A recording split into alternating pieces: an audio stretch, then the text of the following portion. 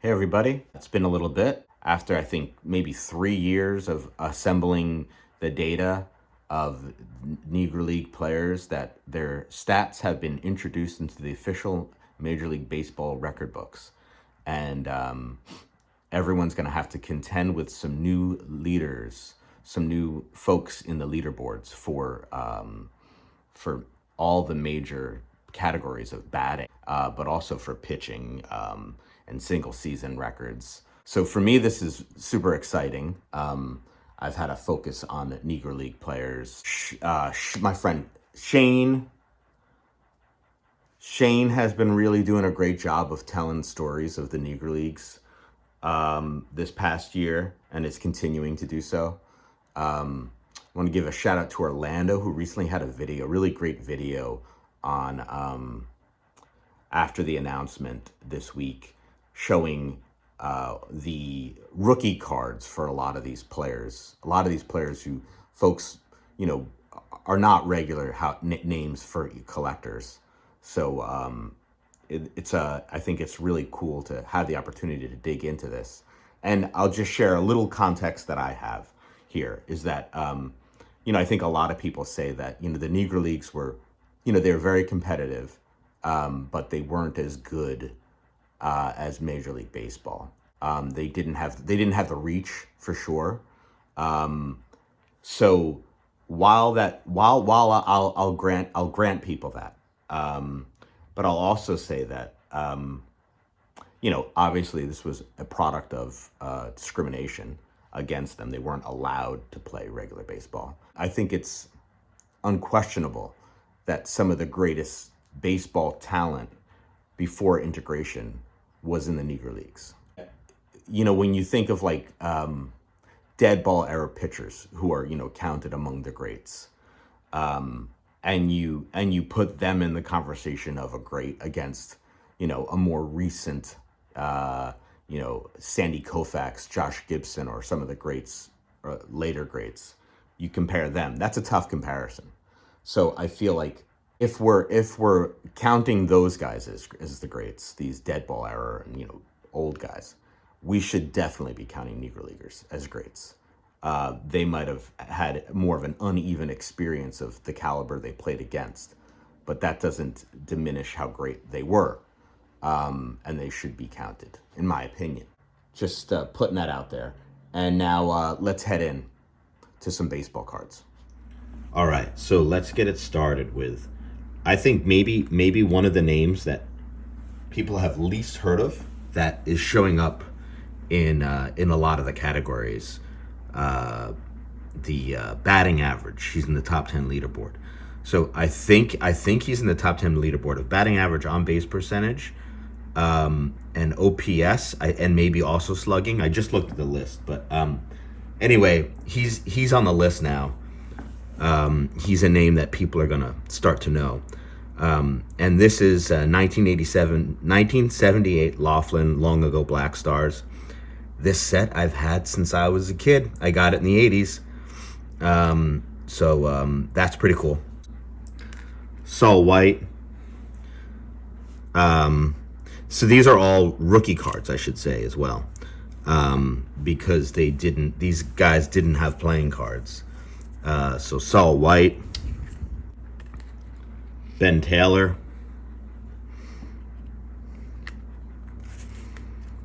Hilton Smith, and I'm not going to go into all of these guys just because I'm covering a lot. Okay, here we have Oscar Charleston. He's another guy who's in the leaderboards now, for a lot of these major stats, going through the batting average, the on-base percentage, the slugging percentage, and OPS.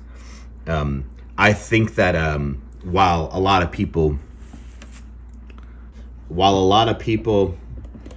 will be learning his name, I think he's been one of the more praised Negro Leaguers for folks who've learned about Negro Leagues. I think Turkey Stearns is one of those names who I hear nothing about. So Oscar Charleston, relatively speaking, hear way more about.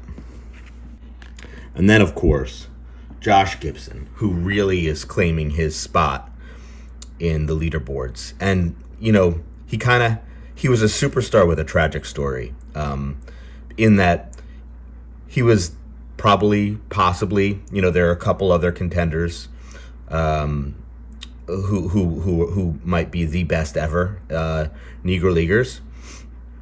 He's one of the big names that come up, and he didn't get to see his day. He was playing while Jackie Robinson was playing, and he was, I think, 35 or 36 when he died, right around the time that Jackie Robinson was integrated. If it happened 5 years earlier, he would have been a superstar in the majors. So he just missed that window of opportunity. And we'll go through looking at some of his other cards. This is, I love this card. It's an art card from Project 70. Another one. And we'll just go through a couple of others. This is the Ted Williams collection from, I think, 1992, or anyway, early 90s. This is a set that a lot of you will have known if you collected in the 80s. The Hall of Famers, with a nice little write-up here.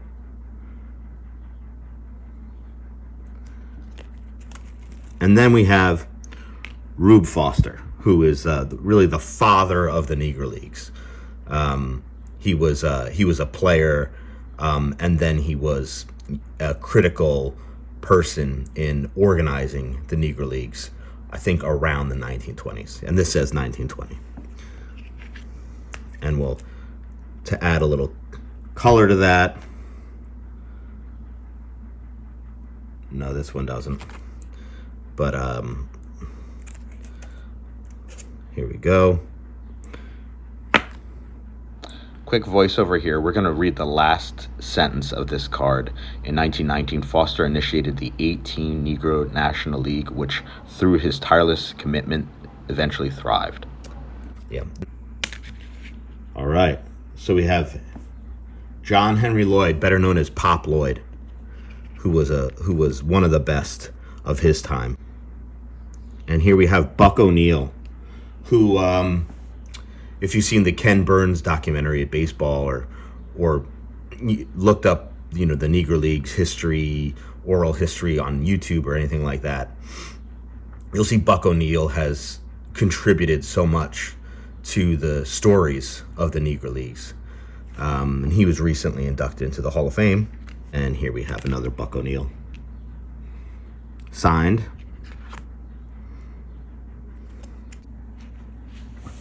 So Satchel Paige also going into the record books for the third highest single season ERA. And that record doesn't even do him justice. He played for an enormous amount of time. This is Upper Deck from 1994. That was just really cool that they did this. They did this set. So, arguably the best pitcher ever. It's just, some elusive stats to get after, but with all the Negro League and barnstorming that he did. Card I love. This is another Project 70.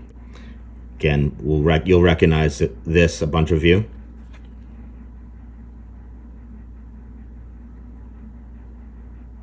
Yeah. So as it says here, he played for 22 years in the Negro Leagues.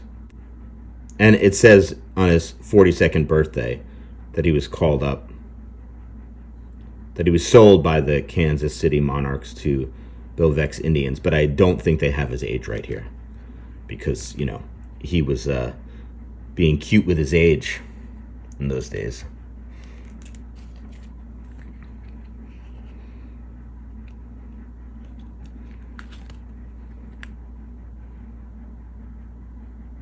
The treasure of my collection here. And let's see here. Yeah, they say he was born in 1908. Alexa, what year was Satchel Paige born? Leroy Satchel Paige was born on July 7th, 1906. 1906? Alexa says. Alexa, she's always trying to be so helpful. Cool Papa Bell. Just the coolest name ever. I mean, cool is in the name. Fastest runner ever is the back of the card.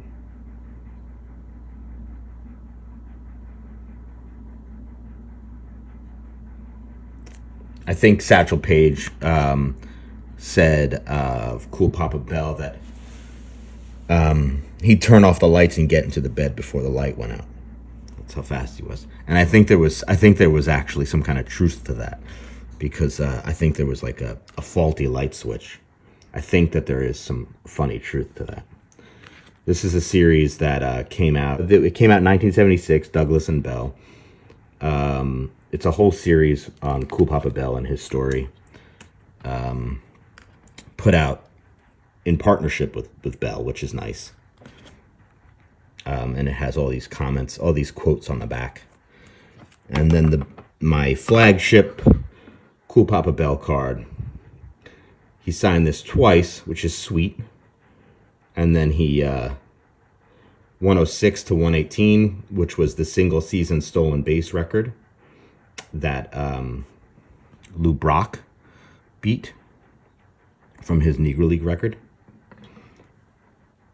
And then another name that people are having to add to their list of all-time greats, if they hadn't already, is Buck Leonard. He's also one of the guys who is coming up on the top 10 lists for batting average on base, slugging, and OPS. I think all of those. But yeah, consequential guy. Played alongside Josh Gibson. I'll leave it there for now. Thanks, everyone.